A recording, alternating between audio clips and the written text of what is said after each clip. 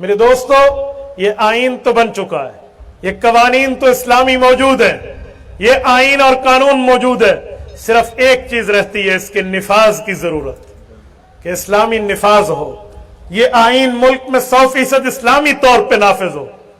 شراب کے لیے احکام موجود ہیں، کہاں فالو کرتے ہیں آج کل لوگ؟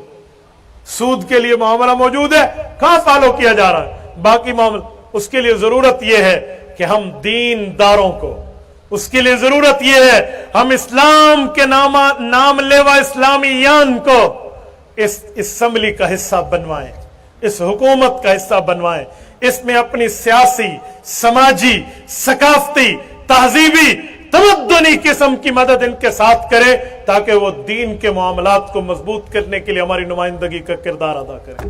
ضرورت یہ ہے۔ آج غلطی یہ ہے، ہم اسلام بچانے اسے اسمبلی میں بھیجتے ہیں جس کو خود اسلام کا پتہ نہیں ہے۔ وہ کیا اسلام کا تحفظ کرے گا؟ بھائی، یہ ووٹ صرف ایک ووٹ نہیں ہے، یہ آپ کے پاس ایک امانت ہے، اور یاد رکھیں ان تؤدوا الامانات الی اہلھا، قرآن کریم نے ہمیں کہا ہے کہ امانت کو اس کے اہل تک پہنچاؤ۔ آپ نے اس امانت میں خیانت کی، اپنی برادری کے بل بوتے پہ، اپنے علاقے کی بل بوتے پہ، وڈیرے کو دیکھ کر، سرمایہ دار کو دیکھ کر، طاقتور کو دیکھ کر، باقی معاملات کو دیکھ کر، تو اللہ کے ہاں آپ کی اس پرچی کی پوچھ ہوگی۔ یہ ذہن میں رکھیں۔ آپ کو منتخب اسے کرنا چاہیے جس کو دین سے تعلق ہو، ایمان سے تعلق ہو، وہ آپ کا اسلام کا تحفظ کر سکے۔ بھائی، تحفظ تو تب کر سکے گا جب اسے دین کا پتہ ہوگا۔ جب دین کا پتہ ہی نہیں ہوگا تو مجھے بتائیں تحفظ کیا ہوگا، نفاذ کیا ہوگا؟ یہ جب ہم بات کرتے ہیں تو لوگ ہم سے پوچھتے ہیں کہ اتنے سال سے تمہارے مولوی اسمبلی میں بیٹھے ہوئے ہیں، انہوں نے کون سا دین نافذ کیا ہے؟ تو میں کہتا ہوں جی سنو، چاقو دے کر آپ کہتے ہو جاؤ جنگل کاٹ آؤ، بھئی چاقو سے جنگل نہیں کٹتے۔ تم جنگل کاٹنے کے آلات دو، پھر مولوی کاٹ کے بھی دکھائیں گے کہ جنگل کٹتا کیسے ہے۔ بھائی، جتنا طاقت آپ نے دے کر بھیجی، اتنی طاقت کا کردار انہوں نے ادا کیا کہ کفر کے قائن اور قانون کے نفاذ میں راستے میں صدر سکندری بن گئے، غیر اسلامی بلوں کو نافذ نہیں کرنے دی۔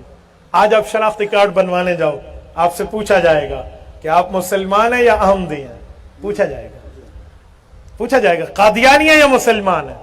یہ علماء کرام کی محنت کی بدولت ہے، ورنہ اعداد و شمار میں قادیانی اپنا ووٹ کل ڈال دے گا، پھر آپ کیا کریں گے؟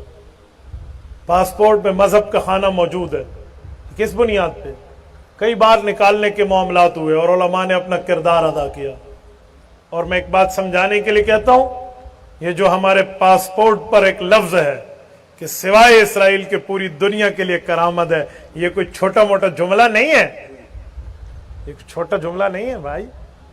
آپ ان معاملات کے تحفظ میں جو ہمارے علماء کا کردار ہے، یہ جو پچھلے دور زرداری دور میں آئین پر پوری نظر ثانی ہوئی، رضا ربانی صاحب کی جو ہے نا سربراہی میں جو کمیٹی بنی تھی، کس کس آئین کی شک میں اسلامی شک کو رکھا جائے، کسی کو نکالا جائے، آپ ذرا اس کمیٹی کے پوری رودات کو پڑھ کے دیکھیے، ہر اسلامی شک پر علماء کرام نے نگرانی اور تحفظ کا کردار ادا کیا، ایک بھی اسلامی شک آئین سے نکلنے نہیں دی۔ 18ویں ترمیم جب پاس ہو گیا، سیاسی معاملات میں جو آپ کریں، لیکن اسلامی معاملات ہم جانتے ہیں، اور الحمدللہ آج تک موجود ہے، سب کچھ اس معاملے میں موجود ہے۔ تو یہ تب ہوگا جب وہ اسلام کا علوم، اسلام کے معاملات رکھے گا، تو اسلام کو نافذ کرنے کی طاقت بھی رکھے گا۔ اور آخری بات، جب ہم یہ بات کریں گے تو پھر لوگ آپ کو تانا دیں گے کہ مولویوں کو اسلام کے نام پہ اسلام آباد چاہیے، انہیں تو اسلام کے نام پہ بھائی اسلام آباد چاہیے، تو آپ ہم ٹھونک کے کہنا جی ہاں اسلام آباد چاہیے، تب تو وہیں بیٹھ کے اسلام کا تحفظ کریں گے نا۔ بھئی ڈرائیونگ سیٹ پہ ایک بندہ پہنچے نہیں تو اس نے گاڑی ڈرائیو کیسے کرنی ہے؟ بھئی ڈرائیونگ اس کے ہاتھ میں اسٹیئرنگ ہوگا تو اس جو ہے نا گاڑی ڈرائیو کر سکے گا۔ علماء کرام کی پوسٹ پہ بیٹھیں گے تو بات کو نافذ کر سکیں گے نا۔ بھئی یہ نفاذ تو تب ہوگا نا۔ حضرت مولانا مفتی محمود رحمت اللہ علیہ، اللہ اس کی قبر پہ کروڑوں اربوں رحمتیں نازل فرمائے، 9 مہینے وزیر اعلیٰ رہے ہیں صوبہ سرحد کے، اس 9 مہینے میں شراب کا ایک قطرہ بھی کسی نے نہیں پیا۔ آپ لائیں ایسی حکومت، ایک قطرہ بھی نہیں۔